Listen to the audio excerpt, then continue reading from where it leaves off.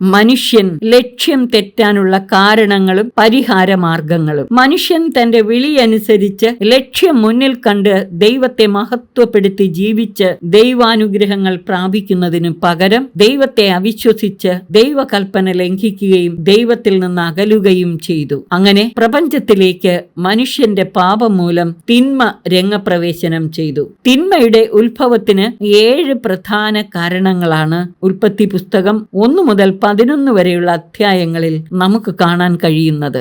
1. മനുഷ്യൻ ലക്ഷ്യം തെറ്റി ജീവിക്കുന്നതാണ് പാപത്തിനുള്ള ഒരടിസ്ഥാന കാരണം. ദൈവനിശ്ചിത ലക്ഷ്യം സദാ മുന്നിൽ കണ്ട് ദൈവകൽപ്പന അനുസരിച്ച് ദൈവാശ്രയത്തോടെ ജീവിക്കുകയാണ് പാപത്തിൽ വീഴാതിരിക്കാനുള്ള പ്രധാന മാർഗം. സങ്കീർത്തകൻ പറയുന്നത് പോലെ പാപത്തിൽ വീഴാതിരിക്കാൻ കർത്താവിന്റെ വചനം ഹൃദയത്തിൽ സൂക്ഷിക്കണം. സങ്കീർത്തനം 119:11. 2. മനുഷ്യൻ സ്വതന്ത്ര മനസ്സോടെ ദൈവഹിതത്തിനു പകരം സ്വന്തം ഇഷ്ടം തിരഞ്ഞെടുത്തതാണ് പാപത്തിൽ വീഴുന്നതിന് മറ്റൊരു കാരണം. അതിനാൽ ദൈവ ഇഷ്ടത്തെ സ്വന്തം ഇഷ്ടത്തിനുപരിയായി പ്രതിഷ്ഠിക്കുകയാണ് പാപത്തിൽ വീഴാതിരിക്കാനുള്ള എളുപ്പമാർഗം. 3. അവിശ്വാസവും അനുസരണക്കേടുമാണ് പാപകാരണം. അതിനാൽ പാപത്തിൽ വീഴാതിരിക്കാൻ വിശ്വാസത്തിൽ ശക്തിയാർജിച്ചു വളരുകയും ദൈവ തിരുമനസ്സിനോട് പൂർണ്ണമായും വിധേയപ്പെട്ട് ജീവിക്കുകയും ചെയ്യുക. 4. സഹോദരന്റെ ഉയർച്ചയിലുള്ള അസൂയ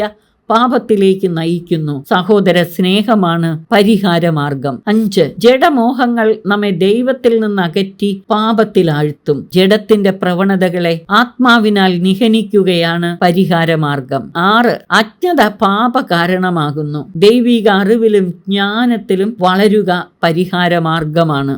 7. ദൈവമഹത്വത്തിനു പകരം സ്വന്തം മഹത്വം തേടുന്നതും ദൈവത്തിന്റെ സ്ഥാനത്ത് സ്വയം പ്രതിഷ്ഠിക്കുന്നതും പാപമാണ്. വിനയത്തോടും ദൈവാശ്രയത്തോടും കൂടെ ദൈവത്തെ മഹത്വപ്പെടുത്തി ജീവിക്കുകയാണ് പരിഹാരമാർഗം. സ്വന്തം മഹത്വം നിലനിർത്താൻ വേണ്ടി പണിയുന്ന ആകാശം മുട്ടുന്ന ഗോപുരങ്ങൾ തകർന്നടിയും. ദൈവ കൽപ്പന ലംഘിച്ച് ദൈവത്തെ പോലെ ആകാൻ ശ്രമിച്ചവർ ദൈവത്തിൽ നിന്ന് ഓടി ഒളിക്കേണ്ടി വന്നു. സ്വന്തം മഹത്വം നിലനിർത്താൻ വേണ്ടി ബാബേൽ പണിയുന്നവരാകാതിരിക്കാം നമുക്ക്.